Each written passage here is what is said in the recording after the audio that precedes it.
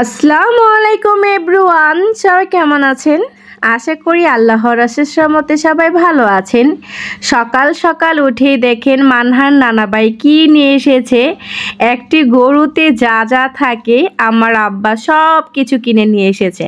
কলিজা, ফ্যাপসা, মজ্জক, তারপর হচ্ছে গরুর মাংস, মাথার মাংস সব কিছু নিয়ে এসেছে। আসলে কিছুদিন পর পরেই মানহার নানা হাঁটতে বের হলে যখন পছন্দ হয় তখন সব কিছু কিনে নিয়ে এসেছে। এই যে দেখেন একদম তাজা।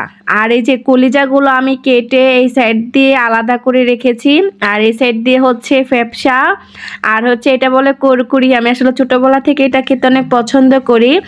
আর এটা হচ্ছে মাথার মাংস, জিহ্বা, আর এখানে গরুর গোস্ত সব কিছুই আলাদা আলাদা করে আমি পরিষ্কার করে নিয়েছি। এখন ফ্রিজে রেখে দিব। আর হচ্ছে যে এখন তো তাজা তাজা খেতে কিন্তু খুবই ভালো লাগবে, তাই আম্মা কিন্তু অনেক বড় একটা পাতিলে রান্না করবেন।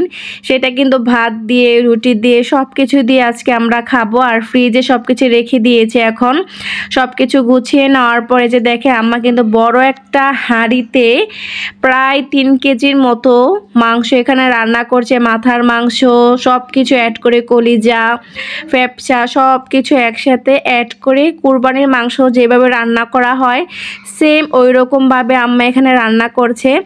আসলে আমার এই রান্নাটা খেতে খুবই ভালো লাগে, কারণ বড় হাঁড়িতে যখন মাংস রান্না হয় সেটা কিন্তু টেস্ট অন্য লেভেলে চলে যায়।